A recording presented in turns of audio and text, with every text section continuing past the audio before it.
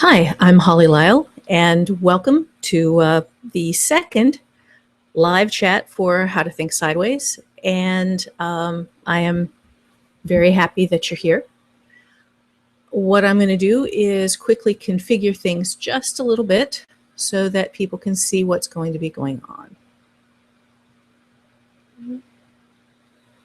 All right, and yeah, we've got people in here already. Hi. Up in the top right corner, you will see chat. Hi, Tammy. Okay, so people have found chat. It is the top right corner for you. And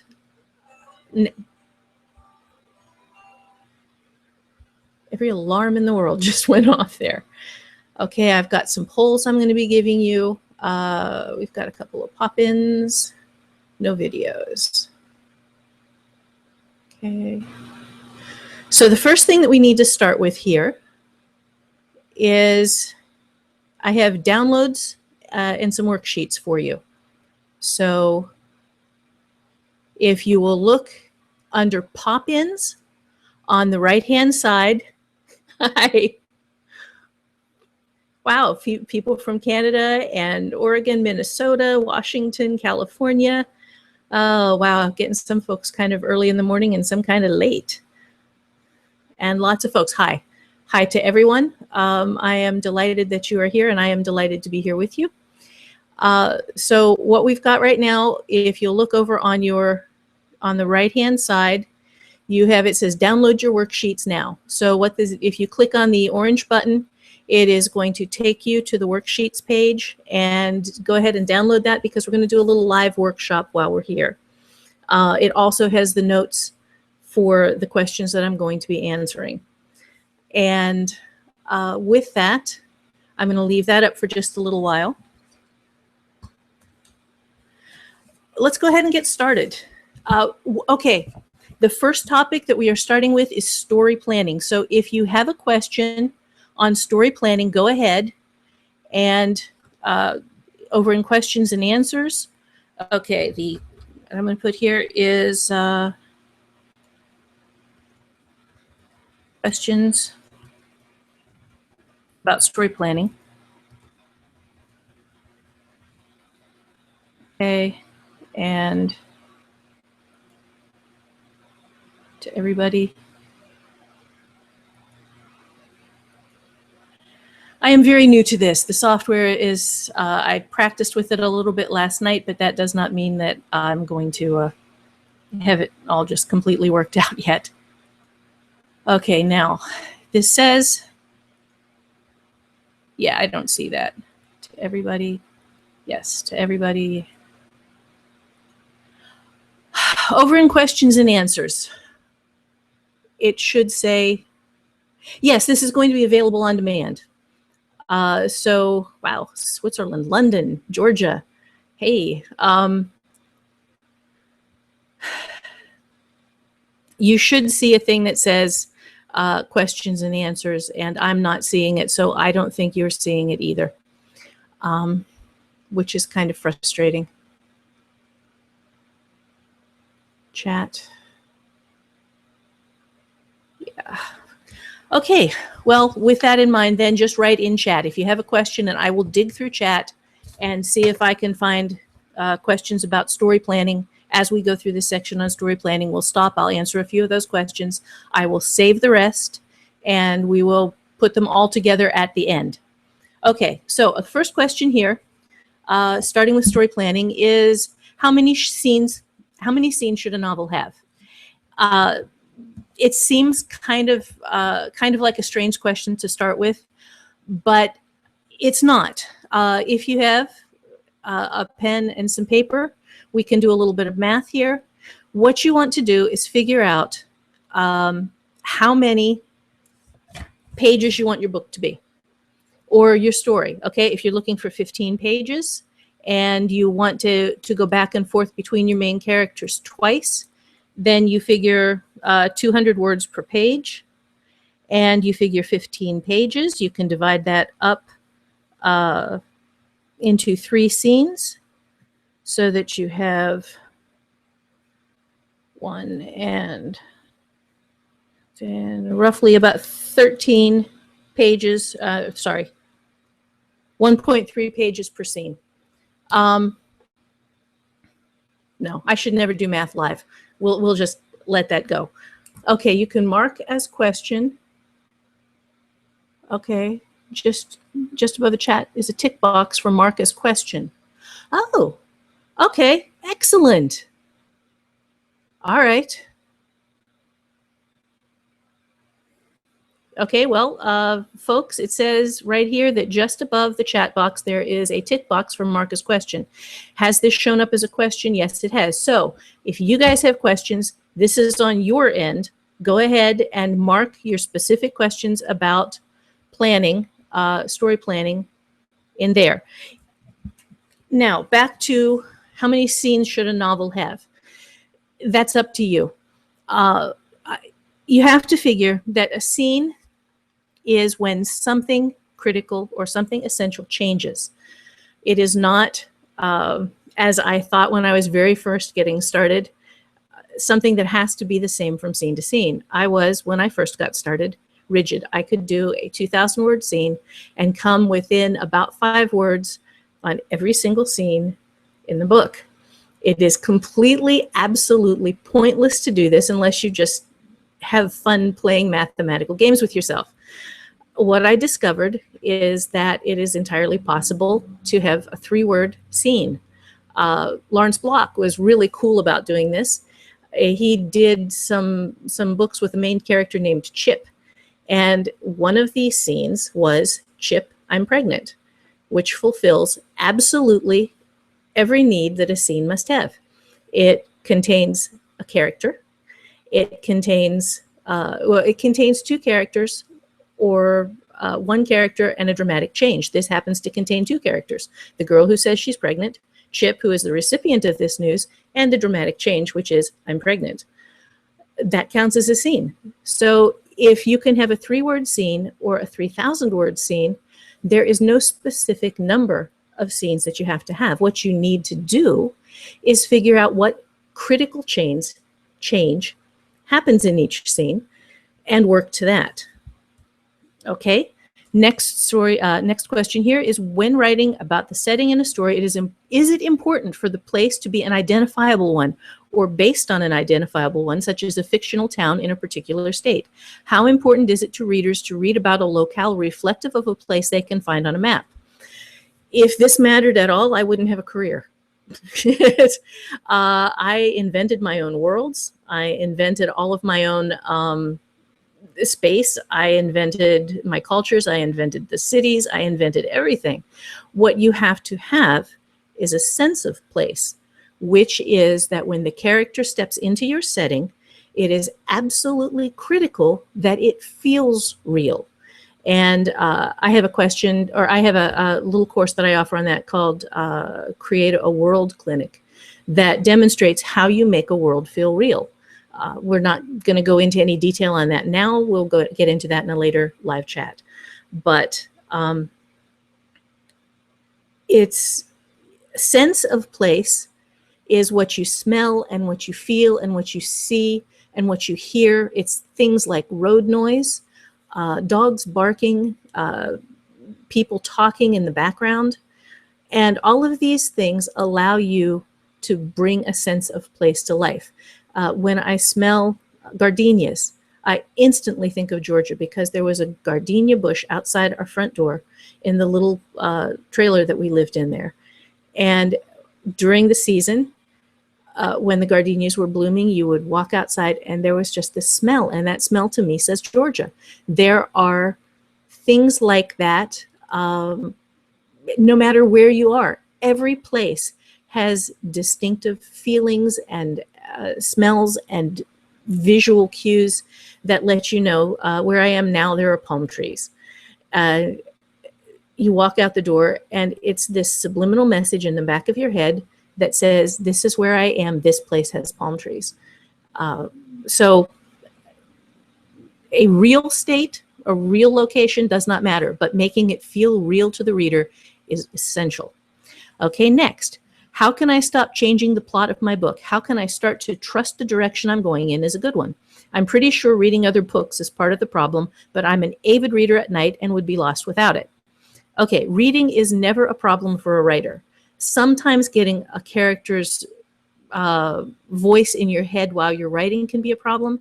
The way you fix this is simply to read after you've done your writing. If you are a first thing in the morning writer, read at bedtime. It won't mess you up. It won't screw up your voice. If you are a late at night writer, then read in the morning. Don't read in the afternoon. Let the voice clear out of your head so that you are hearing your own words in your own rhythm and your own style. But as for changing the plot of the book and trusting the direction your story is taking, I don't. Story plots change on me all the time. I'm a very flexible plotter.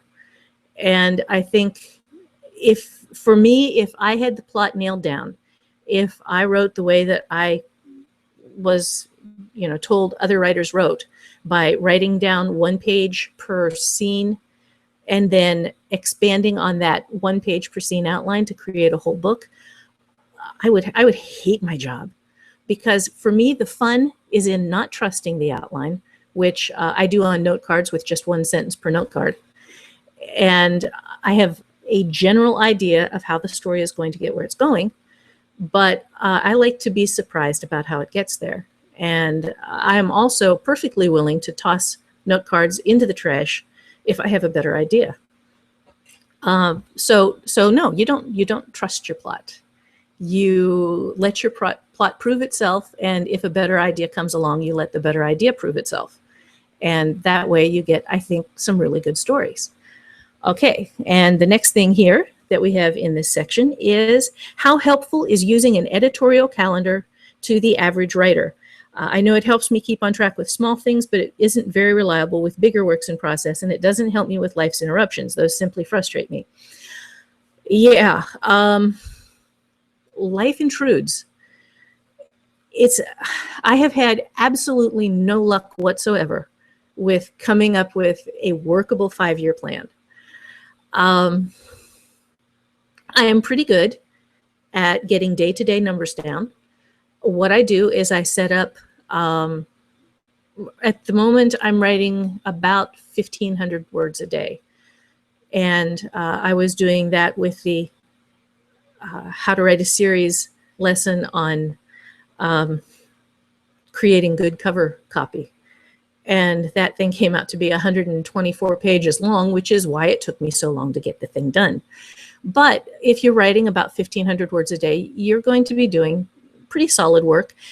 You're getting enough done that you can accomplish something, that you can write a couple of books a year and revise them. It's just, there's no, life intrudes. You do the best you can. You hit your deadlines as best you can. If you have a contracted deadline, you turn your world upside down to hit the contracted deadline. If you are indie publishing, you do the best you can. It's not, there is no simple way to just go through and hit a deadline every single time. Also, stories can take left turns on you that you are not anticipating, and that can really mess up your plans. Okay, next, is it possible to plan and plot a novel in about 3 months? I wrote a novel from plan to plot to finished revised book in 1 month. So yes, it's possible. It's not fun, but it is possible.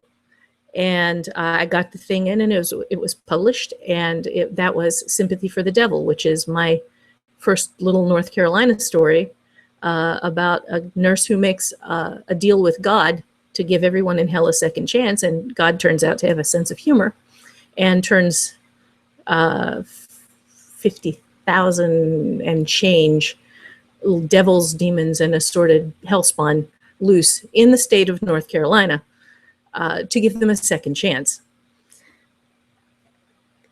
Okay, next we have, okay, any advice on the length of the first novel in a series for an unpublished writer? Absolutely none whatsoever. Your book has to be the link that allows you to tell the story well. Now, if you are, let's see, indie publishing, if you are indie publishing, I really recommend starting with short stories. When I was writing commercially, I started with 90,000 word novels because those were a highly saleable length and novels paid better than short stories. Now that short stories are back, indie publishing is the resurrection of the short story. And that is a truly wonderful thing. Now that short stories are back, you can create products. You can make a lot of your mistakes. You can get things into print. You can learn while you are publishing. And all of these are huge benefits for getting started and building your career. It allows you to have a lot of things in your Amazon account, in your Apple account, in your Barnes & Noble account, wherever you're publishing, that allow people to find you. There is, as far as I can tell, no magic number at which people are going to start finding you. I've heard people say 10 books. I've heard people say 30 books. It varies on how many people like what you do and how many of them recommend you to other people. Okay, so as far as novels, if you're going commercially, the novel is still the way to go. And I guess probably 60 to 90,000 words would be a good starter, but novels are getting harder and harder to sell to commercial publishers unless you have something that proves that you have a readership built in. A lot of indie publishers are using their proven readership to then go on and sell their books to commercial publishers. So if you're not crazy about being able to maintain your rights, this is a perfectly viable route to go. Okay, let's see. Is it better to make an ebook with 10 short stories or 2 ebooks with 5 short stories? Depends on how long the short stories are. I recommend that you have about 5,000 words of content. If you're writing short stories, like 500 words a piece, flash fiction, you probably need 10. If you are doing longer short stories, make sure that your minimum is about 5,000 words, and that way people won't feel like they're being cheated when they read what you've written. Okay, then we have Bob Salvatore mentioned that he will outline even if he doesn't follow it. Stephen King says that plotting is pointless, and having read your work, I knew you're a plotter in a big way. My problem is I feel like once I've plotted a novel down and outlined it on index cards, there's no energy left for the writing. How do you keep yourself focused on writing after you've done all this work? Well, I don't do all that much work. Seriously, I write down 1 sentence on a plot card per scene or per chapter. And then I bounce off of that. I throw things out. I change things. I move the plot cards around. I don't see a lot of point in building a cage for myself and then having to live in it for the next 3 to 6 months. So for me, I have the need to have the writing be fun. Okay, now we have a couple more questions here. And well, we actually have a lot of questions here. I will get some of these. I'm not going to have time to get all of them, but like I said, any of these that I don't get, I will save and we'll come back to them at the very last episode. All right.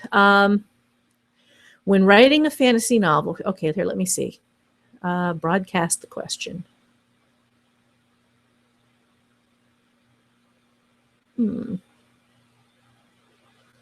Okay. Reply. I've got things here that I'm going to try reply on this. Okay. And I can't tell whether that's doing anything different for you or not. So when writing a fantasy novel, how do you go about creating a world? I start with a map. I start with a dot, and I name the dot something, and then I draw a line. I have on my website a little workshop on world building. And I also have a larger course that is $9.95, $9.97. That is how to build a world, and it's got worksheets and videos and a bunch of other stuff that goes with it. It's just, for everybody starts differently. Some people start by sitting in an imaginary room and visualizing the first thing they smell, visualizing the first thing they hear, and building from there. Some people draw out elaborate maps. I play kind of fast and loose with the whole process, just simply because I think I get better results if I don't overbuild. I know I get better results if I don't overbuild. I have built entire huge worlds and then had the series canceled after 3 books, and I still have the maps and all of the stuff that went with it. But there's not really much going back to them after you haven't written them in 10 years, 15 years, 20 years in some cases. All right, so what we're going to do now, again, you should, if you click on pop-ins, see the download your worksheets now page, and you should see go to the download page. And what I'm going to do here is run you through a little workshop that I put together. And what you need to do is just open up the part that has my handwriting in it. Looks like this. And I'm going to explain to you just a little bit about how this works. This is something that you'll do on your own time.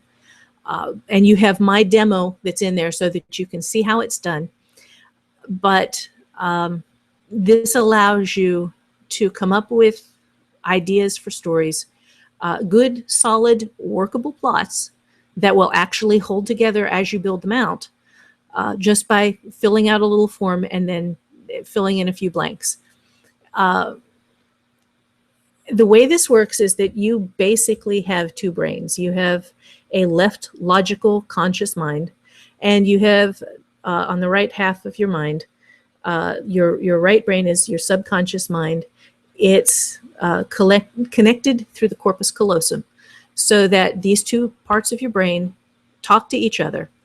But your right brain doesn't really talk in words so much. It talks in images and emotions and colors and smells, and it remembers things and pulls out stuff. I think of it as having it sitting in the back of my mind with a big chest full of really cool things that I have forgotten about. And what you want to do is get your right brain to cooperate with your left brain while you're working. This is where all of your spontaneous, really great ideas that you tend to ignore if you are strongly left-brained come from, is your right brain giving you ideas and hints and clues and cool things. So what you're going to do here is you're going to fill out these forms. It's a top block where you're going to fill out 5, and a bottom block where you're going to fill out 3 in columns. And the things you're going to fill out are 5 people, animals, or things that you love.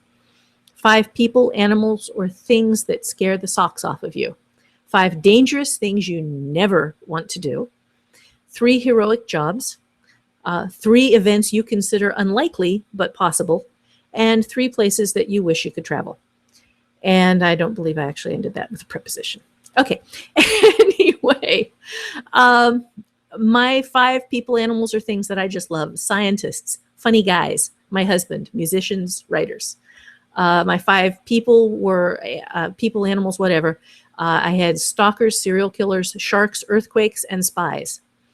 5 dangerous things that I never want to do: jump out of an airplane, hitchhike, perform an emergency trach in field conditions, run from a tiger, or be in another earthquake, because I was already in one and it was really bad. 3 heroic jobs. I have firefighter, EMT, field medic in a war zone, and ethical soldier. The 3 events that I consider unlikely but possible: I have earthquake-induced tidal wave. You can tell I live kind of close to a beach. Commercial space travel, and local rioting. And 3 places that you wish you could travel. I have Australia, UK, and space. And not in that order, because if I could go to space and not go anywhere else, I would take space. I don't think that's going to happen. So, and then you just go through and you fill out. I just kind of randomly pick. I don't care how you use your random, but just pick one item from each of the columns, fill them in on the next sheet, and then you're going to go through and you build a sentence, and then you smooth the sentence out. And when you smooth the sentence out, what you'll have is what I call the sentence, which is a plotting thing. It is protagonist versus antagonist in a setting with a twist. And these are the 5 elements that every story, no matter how long or how short, must have. A protagonist, conflict, which is the versus. Okay, so protagonist versus antagonist in a setting with a twist. And once this will give you those 5 things, plus it kind of slides a little bit of just extra twistiness in there to allow you to get the most bang for your buck. And once you have put this sentence together and have figured out a way to smooth out the little bumps that you'll get, because my sample sentence is not particularly grammatical, then you can write stories very quickly. And okay, I'm just going to toss this up here. Let me see, pop-ins. Okay, I'm going to pull the download page for just a minute. I promised folks that I would give them a little bit of neat extra stuff for this. So one of the things I've thrown in is, all right, is a 25% off on the Create a Plot Clinic. And their coupon is right down on the right-hand side. It's HLC_2_plot_clinic_25. And I will show you what you do with that. I'm going to have to switch over to screen view here. And you're going to see my terribly, terribly messy desk. Let me see, screen share. All right.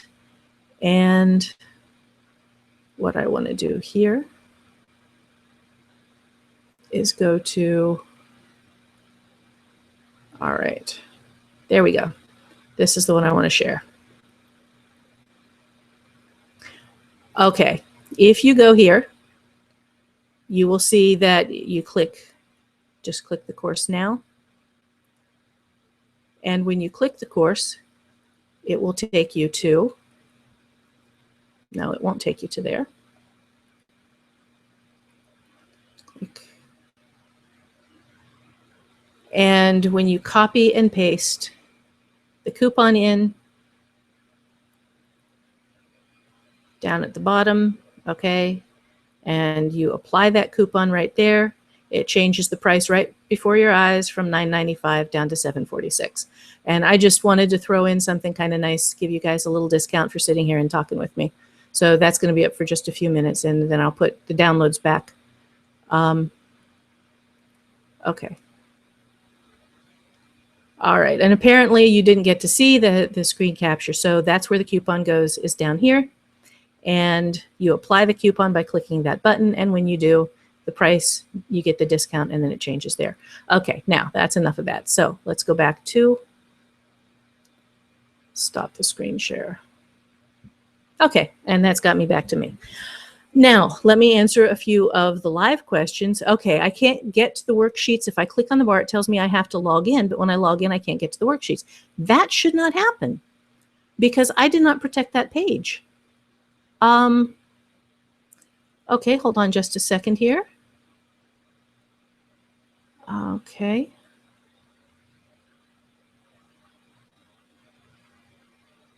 Check out. All right. Here. Copy.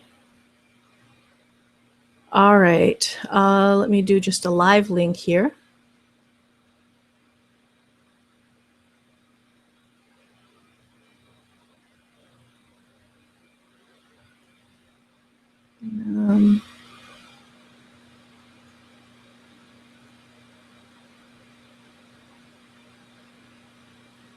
Okay, I'm going to pull this for just a second.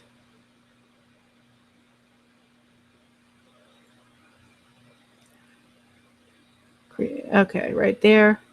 And load this. And all I'm going to do here is put a URL right here. Button link URL. Okay, no. Display this.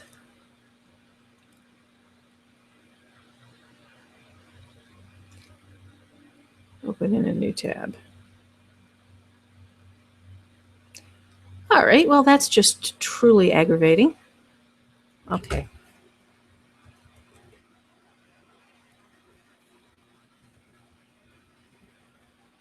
Okay, free button, download. Okay. All right, there. Try that. Does that work?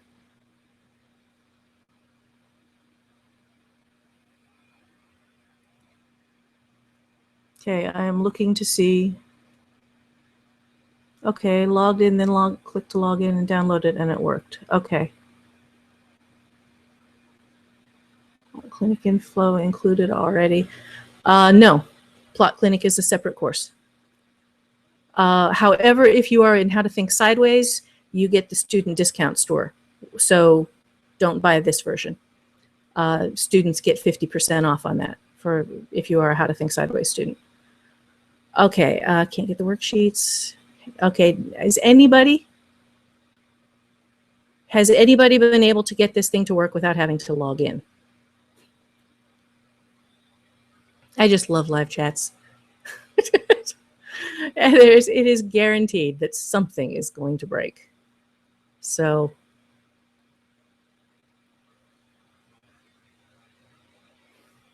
okay.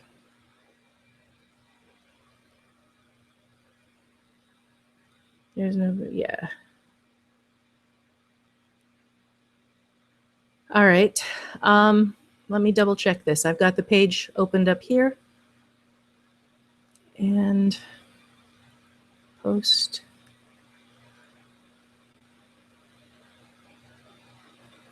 I'm going to try fixing this at the source.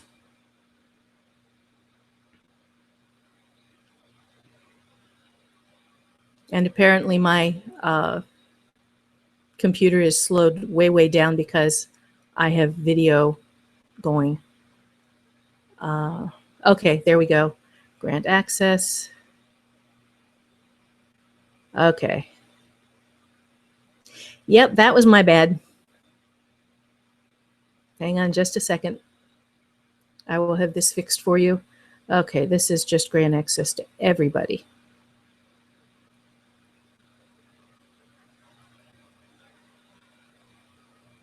Level free membership.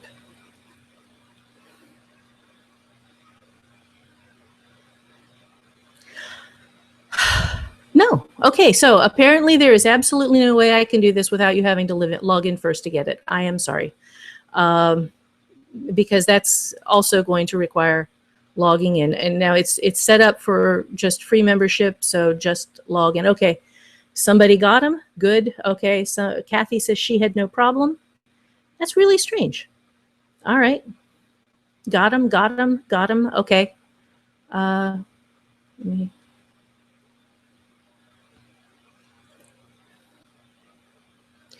Okay, so give it your best shot.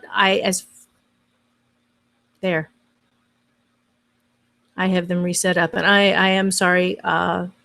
When I set it up, it's not supposed to block anybody the way I have it set up, and I don't know why it did. All right, so let's go back to, let's pull that. And we'll go back to Plot Clinic and load. And okay. Let's move on. Okay, wait a minute. I've still got a few questions here. I try to plan my projects carefully, but I usually find my stories changing dramatically within the first few scenes. This makes revision a nightmare. Do you have any advice for making the effort spent on planning more useful? Or is this just part of the process that I should trust? When, like I said, I plot loosely. And I think for me, that is the salvation of my process, is that I don't plan carefully. I plan with a lot of elbow room built in so that my stories kind of buffer.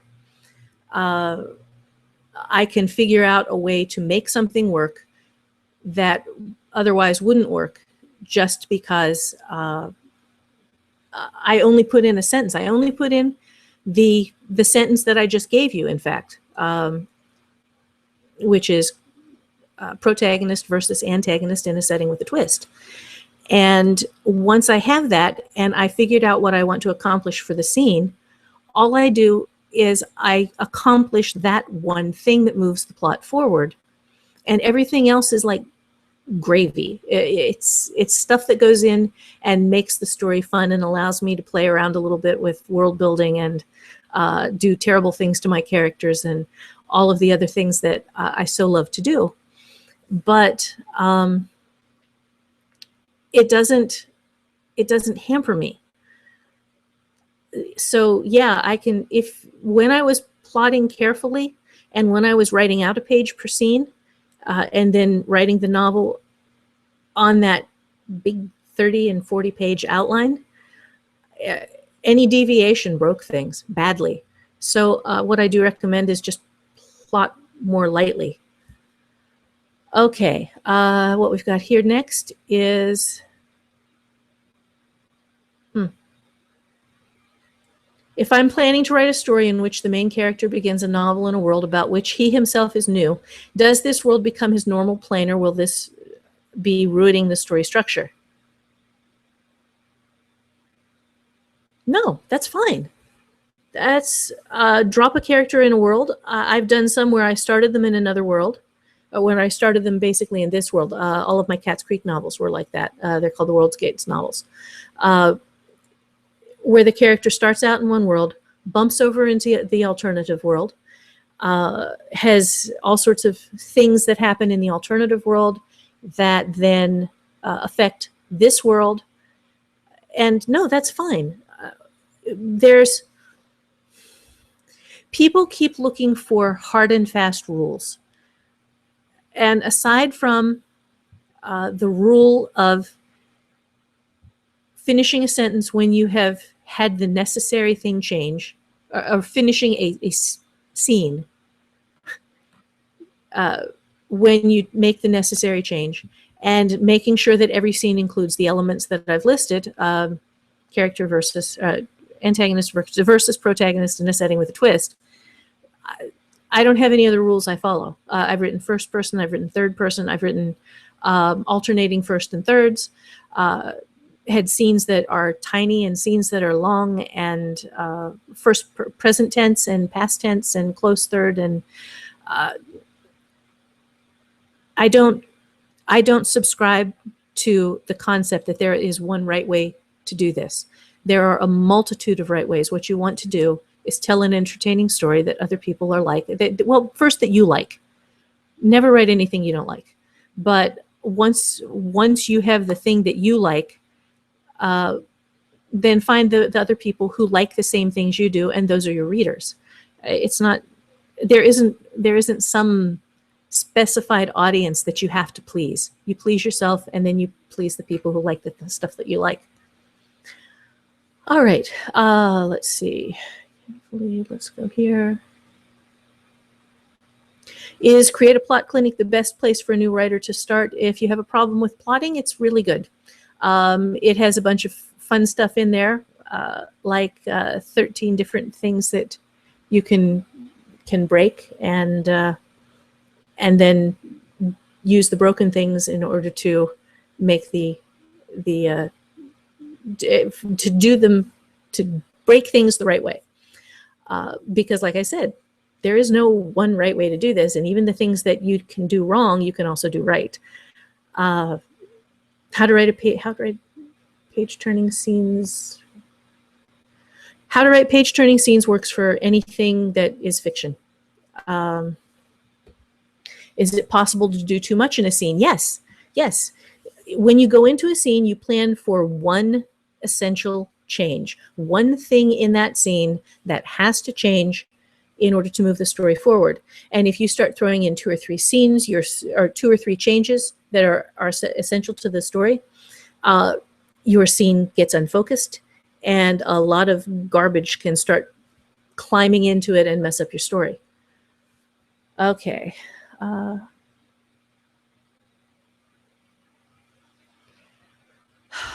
See, I'm not seeing any of the questions on the screen. I have a completely different view of this than you guys do. And, you know, I can't see what you're seeing. So I've got somebody here who's saying that Taryn's question is still on the screen. Okay. I'll try this. Okay, now maybe if I did this right, Sally's question is still on the screen. When you're creating characters, how detailed do you get about their formative background, emotional makeup, etc.? All figured out before you go into the story, or they develop as you go? When I start into the story, I frequently don't even know all of my characters' names. I develop them as I write them. I have specific things that I've plotted out that they have to accomplish. I have scenes that I know they are going to be in, and specific things that I know they are going to have to do. But aside from that, I don't add a lot of extras. I write very, very lean. And then I add in stuff. All of my second drafts are longer than all of my first drafts because I write so thin. Okay, let's see. I'm going to just put the chat notes and worksheets back up again there for now.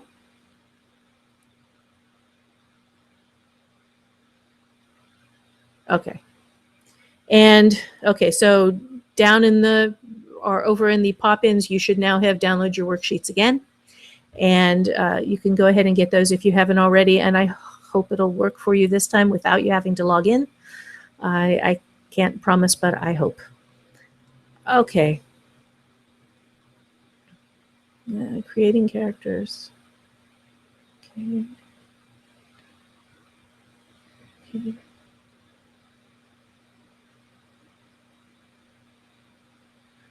Okay, how do you adequately show a twist? Let me see. That just jumped on me. Let me see if I can find it. Great. Oh, okay. No. Okay, so I just clicked a question and now it has disappeared for me. So let me see. Sally.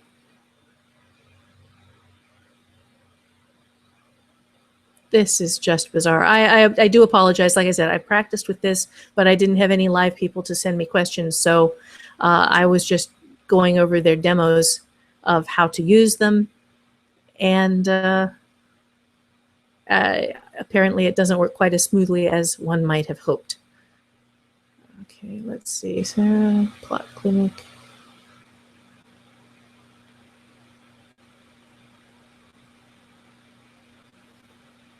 No, and that's just not showing up. Okay, so I selected a question and it has now disappeared for me. Oh, all right, it takes a minute. There it is. How do you adequately show a twist in a short story when it's internal? Is it a realization that the main character has, or to show it with action? My strong preference is always to show with action. Having somebody think a thing is kind of weak. Showing how it affects them, showing what they decide to do as they do it, showing the reaction of someone else when they do it. All of these are much stronger than just saying, aha, I have learned my lesson. Show them learning the lesson. Show them doing what the consequences of their thought and the action that they thought would be. Okay, so let us then move on to character development. And character questions can go in now, and I will again do the best that I can with these. Now, this does have a really nice download, so anything that I miss will be downloaded into a nice little form for me, and all of the questions will be there, and I will be able to find them, and I will be able to put them into a worksheet like this. And for chat number 6, we'll come back to them. Okay, but for right now, what is the most important thing to bring to a character? What are the things all characters should have? A reason for existing.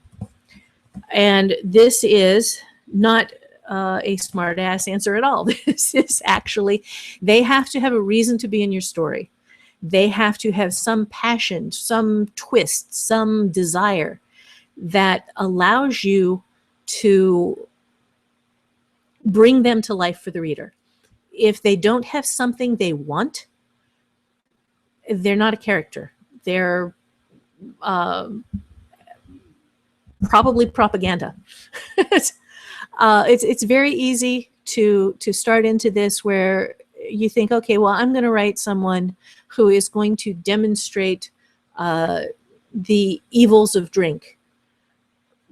But if you don't get into why he drinks and why he wants to drink and what he needs from alcohol, that what part of his life the alcohol is softening and dulling and smoothing and removing the pain from, you don't have a character, you don't have a story. You have a parable. You have propaganda. You have something that nobody's going to read for fun. Nobody's going to read because it entertains them. And I think you can do more to talk to people about the conditions of their own lives if you are entertaining them than if you are preaching at them. My personal opinion, I know lots of people disagree with me. Okay. I've read a lot, not as much with a 9-month-old as I would like, and I hear that. I've noticed a propensity to tell stories from multiple characters' points of view. Wow, obviously a Bob Salvatore fan here. An excellent example would be Bob Salvatore. He transitions to multiple characters to tell a story. Do you find this style of writing effective? I find almost all styles of writing effective. I have written books in first person and books with multiple points of view, and it depends on what you want to do.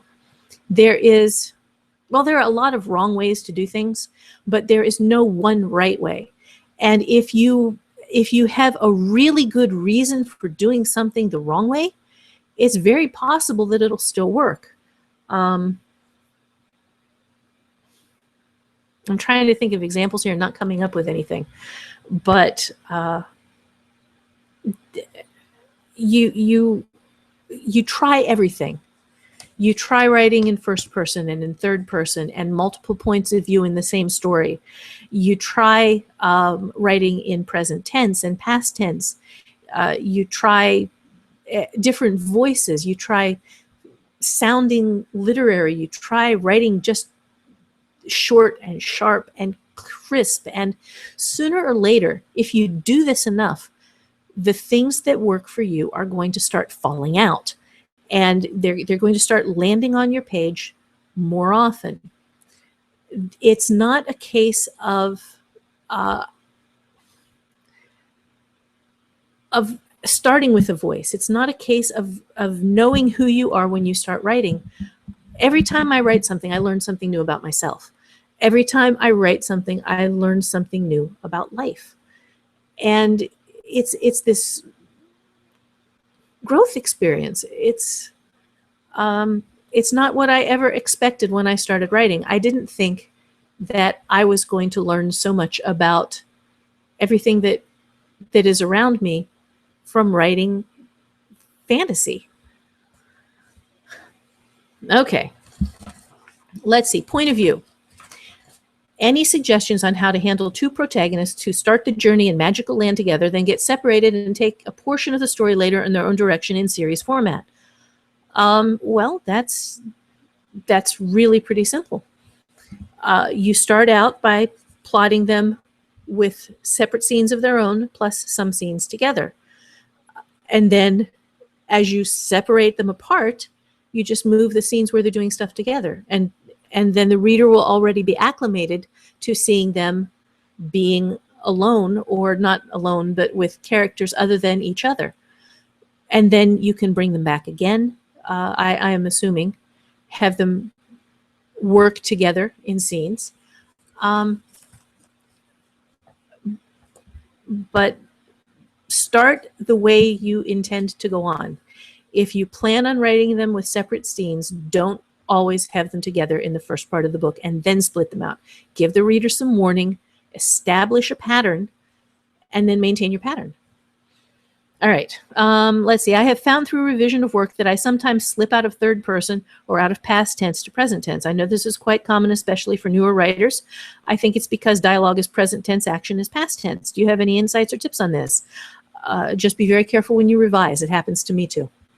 This is, voice changes and your character's voices change. And as you're writing along, it's very easy to slip into one tense or another, to lose the point of view where you were in, to head hop from character to character within a scene, just because you're working along, you're getting the words down, your subconscious mind is in charge, and subconscious minds are a little sloppy about details. So when you're reading back through it, just read very carefully. Okay, now we should have some questions on, let's see, yeah. Have some questions on character development and point of view, and let's see. Oh, all right. No, this is such a cool question that I've just got to answer this. Okay, this is, how do you know when to stop editing and pull the trigger and publish the thing? You do it at the point where you have a couple of readers who say, okay, this is not bad, where you like it, and where you're ready to move on to the next thing. I only do one revision. I do one dig in and revise. I do one post-revision edit, and then I have my editor read through it. Well, then I do the post-revision edit, and then I'm done. I am not a big fan of going back through and revising and revising and revising, because I lose a lot of the freshness of the voice when I do that. I've tried it. It does not work well for me. And I have learned that just by doing a very, very focused, comprehensive one-pass revision, and if you search the term one-pass revision, you'll find a little free workshop on my personal website on how to do a one-pass revision. It is a much smaller, simpler process than how to revise your novel, but it will get you started. Once you have done this one-pass revision, you have somebody else read it. If they are a good reader who comes up with some legitimate changes that still fit within your idea of what the story needs to be, then you follow their recommendations. If they tell you to do things that make the story not yours, you ignore them, find somebody else to read it, or just read it yourself and edit from there, and then you publish. Okay. All right. When writing multiple protagonists with separate scenes, as you just spoke of, when they are together, which POV do you write from? Should one be primary, or do you bounce back and forth between the two? There is no such thing as should. Okay? There is absolutely no should in writing. There is nothing you should do except for make sure that you have protagonist versus antagonist in a setting with a twist. That's it. That's all you should do. Anything else is, do you want to do this or don't you? If you want to do it, then do it. See how it works out. If it doesn't work out, revise it. But there is no one way to do this, and there is nothing. Anybody who tells you you should do this, that you absolutely have to do it this way, is full of something. And I'm trying to keep this clean so I don't have to have it for just 18 and above. So yes. Let me see. How many more things have we got here? Okay. How How do you deal with your evolution as a writer when you first published works make you cringe a bit when you read them? Well, my philosophy has changed a lot. And I kind of skimmed through that, so let me reread it again a little bit more slowly. How do you deal with your evolution as a writer when your first public works make you cringe a bit when you go back and reread them? You say, I was young. I have learned. If my old books were as good as my new books, that means that I am stagnant, that I have not learned anything. So look back on your old works with gratitude. Say, okay, hey, I have gotten better. Yay me. And just work from there. All right. I'm going to scoot up here some more.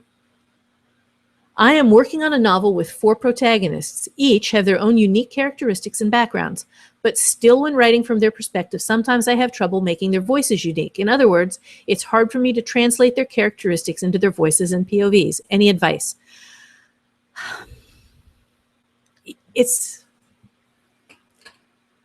I never took acting, but I do a lot of acting stuff out when I'm writing. I sit there and I envision myself being the character, male or female, human or other. I imagine what it is like to sit inside this other person's skin. I imagine myself breathing the way they breathe. You know, are they heavy? Is it hard for them to breathe? Are they skinny? Are they hungry? How do I feel inside this skin? I try to see the world through their eyes. I am terribly nearsighted, but I imagine being able to watch a hawk on the distant hill circling and tell you what kind of hawk it is. You have to put yourself into being these people. And then it helps sometimes if you walk around as them for a while. You hear your voice as their voice. Drop your voice. I don't know what I want to hear. Gee, I wish I were a little bit more confident about what I'm doing. It sounds stupid. I know it sounds stupid. It looks stupid when you do it. So do it with your door closed. But get the feeling for who it is that you want to be. And if the character is in your book, the character is there because he is some projection of you. He is who you would be if you were this really smart, really evil villain. He is who you would be if you had absolutely no fear and were willing to jump in and do what had to be done. He is, or she is, this, bombshell who people just adore, or she is this twisted, broken, sad old woman who wanted to live a life that she never had. Be everybody in your book. See which part of you can bring to this and make them unique that way. All right. Okay, let's move on to genre. I am having a problem with focus. I've made a pretty decent run of my fantasy novels, but I've discovered I'm much better with novella-sized stories. That said, I'm going to have to take a drink here. I'm sorry. Oof. Okay. That said, I've wavered in my brand, going from straight fantasy to novella-length romantic fantasy to children's chapter books and middle grade fantasy. Well, I'm all over the place. I've produced works I haven't even published since they don't match my current works, and I'm already juggling 2 pen names. I know this is hurting my fan base and ability to produce what readers want, not to mention producing enough to sustain sales. But I just can't get my head around what I should be writing and how that matches my skill set, my time, my time limits, my creativity. It seems that my ideas aren't perfectly matched up to my original brand, and I'm worried about alienating readers who want fantasy if I write romance, or writing something with sexual content, or having readers who read YA fantasy read that. Any ideas on how to proceed without all the crazy making? Well, I can tell you I sympathize. I write science fiction and fantasy and YA and suspense novels and a little bit of horror and paranormal. And what I've done is make sure that everything I write includes a theme that matters to me, that is important to me, so that I am telling a story about something that is genuinely important to me, that is genuinely a part of my life, something that I think makes life worth living, or threatens a life that is worth living. And within those parameters, then I can write in any genre. I can write in any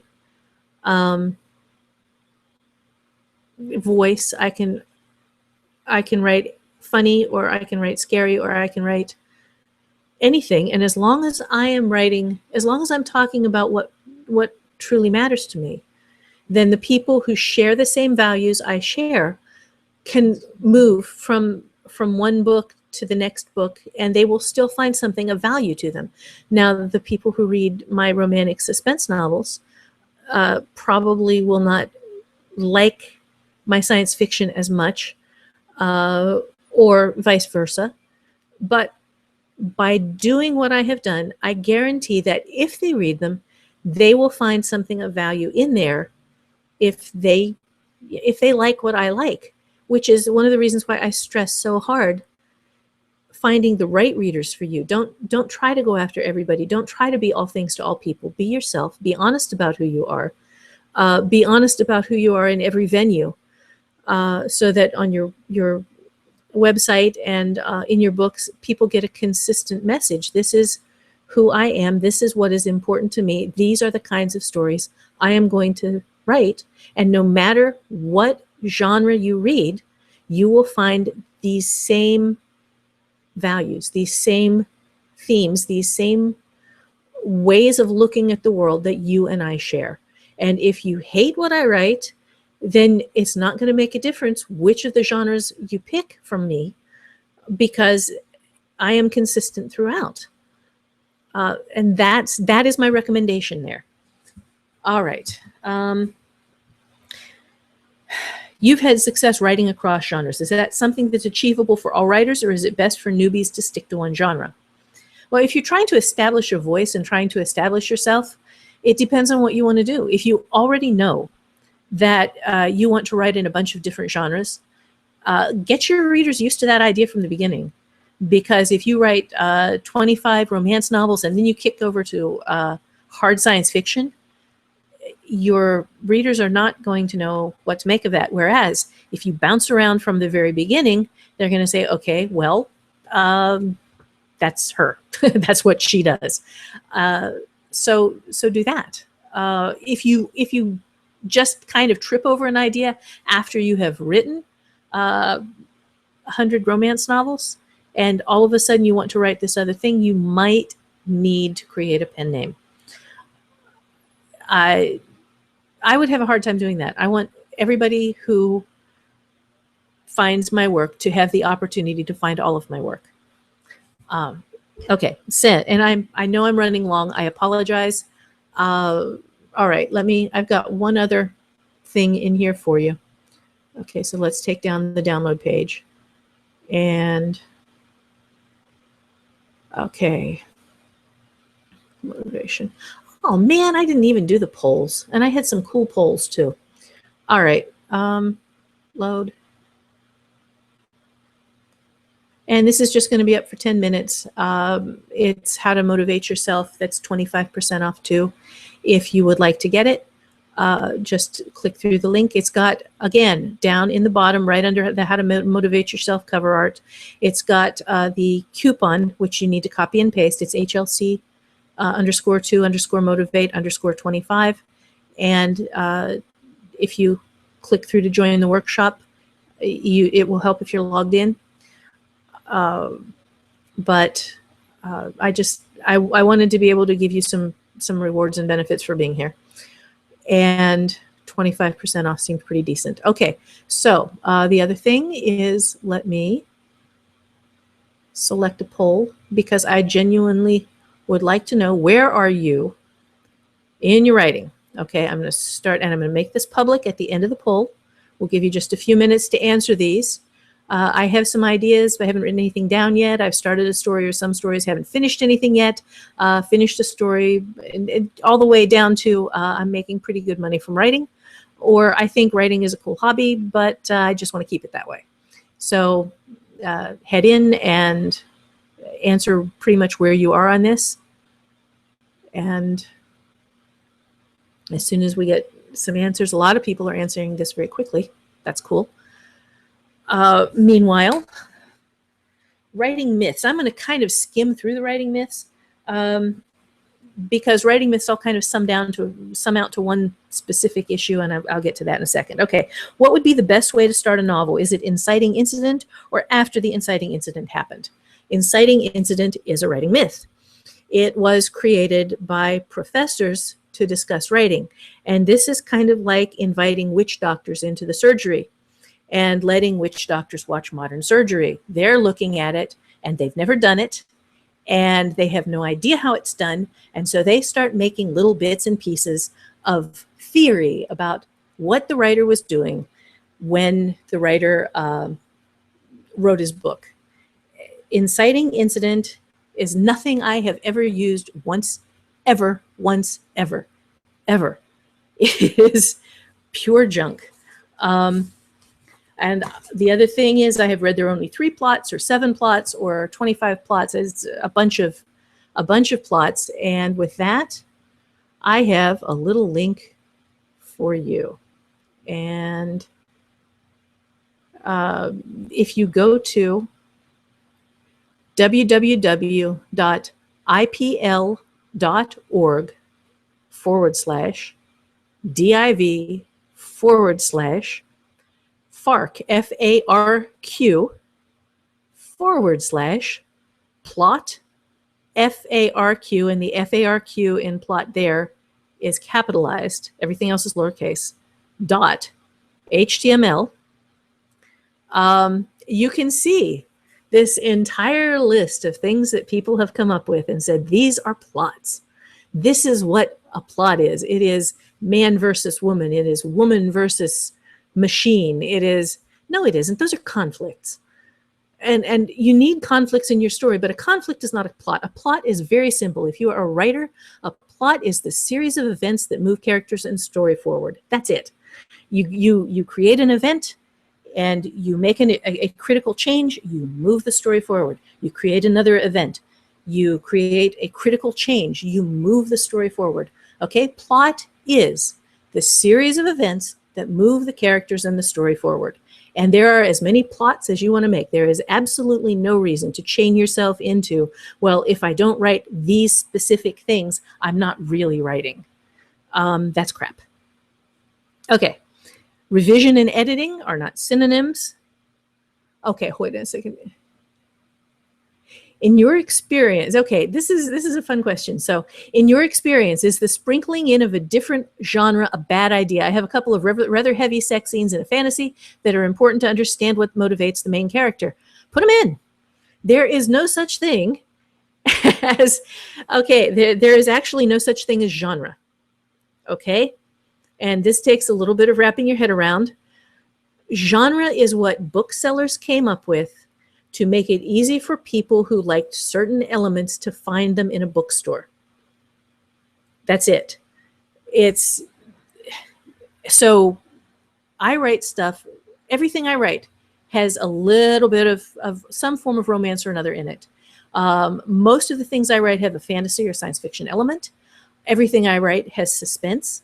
I throw all of this stuff in because life is not some tiny little sliver of your existence. Life is everything that you experience, and writing a book in which you start dicing out whole sections of human experience because it doesn't fit with the genre are going to leave you with very thin fiction. I don't see any reason not to have a mystery running through the middle of a romance novel, running through the middle of a fantasy. And I have done that numerous times. Okay. Let me see. I have pretty much every clinic you have ever written. I find myself bouncing back and forth between them, getting lost in the fundamentals. Is there an order you would recommend to get from start to finish and not get lost in trying to organize the method of writing? Okay, here's the order I use. I start with the plot, which is the reason that I put the plot thing up there today. I start with the plot, and then from there, I develop out characters lightly. If you go through Character Clinic and you build out all the stuff that's in Character Clinic before you start writing, you're going to have way too much stuff. Answer 2 or 3 questions. And then from there, I will develop, well, sometimes I start with the world. Okay, it's either world or plot. If I have a really great conflict, I'll develop a world around it. If I have a really great world, I'll build some plot into it. And then from there, language and culture, those are specific to if you are writing science fiction or fantasy or things where you have to develop your own world. So that's pretty much it. But it's either, depending on how you think, it's going to be either plot or world building. And then from that, character. And then from that, if you need them, language and culture. Okay. How do you know, this is revision and editing now, how do you know when a piece is overworked? After 3 drafts, when I read my work aloud, it sounds great to the ear. When I revise 1 or 2 more times, the word gets blocky. And the pace jams up. Do I keep revising to clean up the blockiness, or should I have left well enough alone sooner? Well, my take on this is revise once, do it right the first time, and move on to the next thing. I think writing is best when it is closest to the way you put it out there, with the understanding that an awful lot of first draft is crap, always. So you have to be able to go through and differentiate the crap from the good stuff. But you will find an amazing amount of good stuff in there that does not need to be messed with. That's one of the things that How to Revise Your Novel covers, is your first thoughts on many, many things are the best thoughts you're going to get on that. And if you keep rewriting them, you're going to kill everything that's good in the book. Okay, how long does an edit take on average? How much of a deadline did my editor give me? If you're writing 150,000 words of fiction, okay, well, now this is the question here is edit. Okay, now I read this as revision, which is what people usually mean when they say edit. A revision is what you do to make the book fit your vision of what the book was supposed to be when you had the idea in the first place. An edit is when somebody else comes in and looks at it and makes suggestions, and you either take them or tell them to take a flying leap. So a revision depends seriously on how much of a deadline I have, because I have revised 150,000 words in 7 days. I don't recommend it. It was very painful. I slept almost not at all, ate very little, and got up and walked just from time to time to prove to myself that I was alive. But you can hit a deadline. You just might not feel very good after you're done. If I have time, I'll take a month, maybe, on a full-length novel. Talon took longer. Talon was 220 or 30,000 words and required a fair amount of editing, a fair amount of going back through and changing things and catching up on continuity. Hawkspar was even longer. Hawkspar was 230,000 words and took several months. And then a hissy fit. Actually, did we get into that here? No, okay. Because my editor went through and took out just kind of, she eliminated one of the 2 main characters and then passed the thing off to me with an 11-day deadline to fix it. And the only way to fix it was to undo everything that she had done. And I ended up, that's the only book I've ever gone to war over. That's the only one. Everything else I was willing to work with my editors and be amenable. I am not a particularly grouchy person to work with, but remove one of the 2 main characters, yeah, that'll piss me off. Okay, how do you go about finding quality beta readers? I have a new site that I'm putting together. It's called readersmeetwriters.com, spelled exactly as it sounds. And we are trying to figure out how to solve this problem, because finding really good beta readers is very difficult. So we have readers who are in there, we have writers who are in there, and folks are working together, trying to come up with a way to compensate people with trades and points and a bunch of other things for folks who cannot afford to hire editors, and then to make it a way for people to be able to sell their skills for folks who can. So that is readersmeetwriters.com. And just join in. It's in beta right now. It looks like crap. It's an ugly site. It's kludgy. It's just a mess. But we are building the software that it's going to go on right now, and it's going to be smooth and gorgeous and awesome. Okay, and let's see. Serious writers near the end of the revision stage. Is it better to? Okay. This is a question about hiring professional editors. And this goes into finances, which is something that we are going to be talking about later on in different chats. But the thing that you do is you figure out how much money you can estimate you are going to make from the book. And then you figure out how much of that money you are going to make in the first month or 2 months. And then you figure that's what you can afford to pay for your cover art plus your editor, is the amount you're going to make in the first 2 months, which is going to be your peak sales. If you've never sold anything before and it's your first book, then the amount of money you can estimate that you're going to make is zero, because until you have sold something, you have no idea how you're going to sell. You might sell like gangbusters. So you figure out your budget based on your previous record. If you have no previous record, you start with zero and you figure out how to do everything for free. And then you move up from there as you can afford to do it. Now, if you're independently wealthy, all bets are off.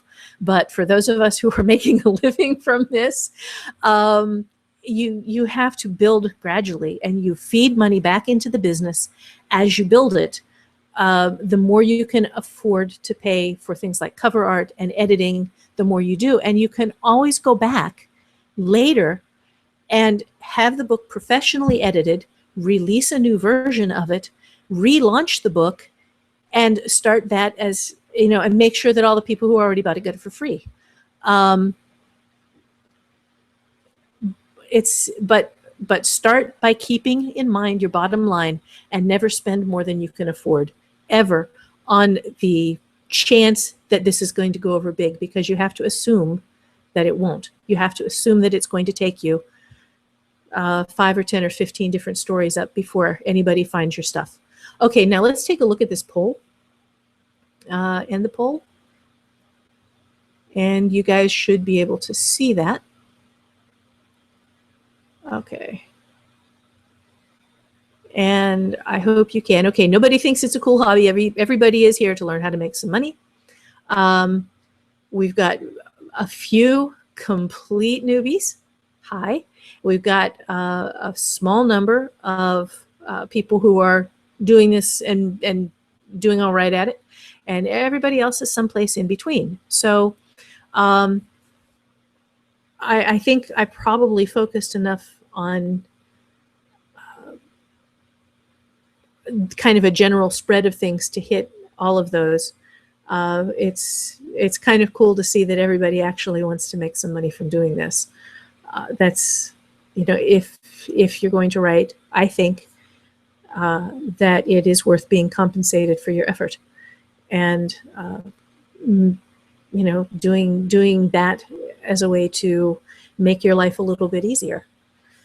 Okay, finally, I think really I've probably run, I'm 18 minutes over. That's not so terribly bad.